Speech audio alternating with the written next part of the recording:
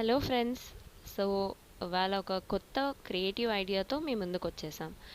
అదే మన పాత టీ ఫిల్టర్స్తో ఒక వాల్ హ్యాంగింగ్ నేను తయారు చేయబోతున్నాను. అది ఎలా తయారు చేయాలో ఇప్పుడు చూద్దాం.